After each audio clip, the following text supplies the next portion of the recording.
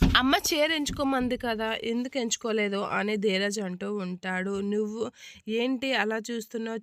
పెళ్ళిలో చీర కట్టుకోవాలి కదా! నీకంటూ ఒక చీర ఎంచుకోవడానికి ఏమి అని అనేసరికి, నువ్వు మీ నాన్నల మాటలు మర్చిపోయావేమో, నేను మర్చిపోలేదు. మీ నాన్నల డబ్బులతో నేను ఏది తీసుకున్న చీర కట్టుకోలేను అని చెప్పేసి అంటూ ఉంటుంది. నాకు ఆత్మాభిమానం ఉంది. నేను ఆత్మాభిమానం చంపుకొని ఉండలేను.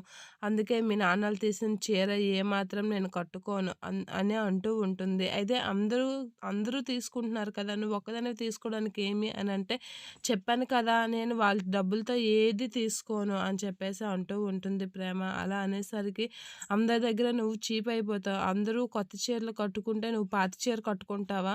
అని చెప్పేసి అంటూ ఉంటాడు. నీ ఆదాయంతో ఏ చీరొస్తే అదే తీసుకుంటాను అనంటే, తీ మొత్తం కలిపి నా దగ్గర 1500 కూడా లేవు. నువ్వు నన్ను చేతియమంటానువేంటి అనంటే, ఆ 1500కే చేతియ్యు అని అంటూ ఉంటుంది ప్రేమ. అలా అనేసరికి అది చీప్‌గా ఉంటుంది. అందరి దగ్గర నువ్వు చీప్‌గా కనిపిస్తావు అని అంటూ ఉంటాడు ధీరజ్. నేను చీప్‌గా కనిపించడం కాదు. చీప్, కాస్ట్‌లీ అనేది కాదు. ఆత్మాభిమానం నాకు ముఖ్యం అని అనేసరికి ధీరజ్ అయితే బుర్ర బాదుకుంటూ ఉంటాడు. దీన్ని సెల్ఫ్ కాన్ఫిడెన్సో అనేది అనుకుంటూ ఉంటాడు.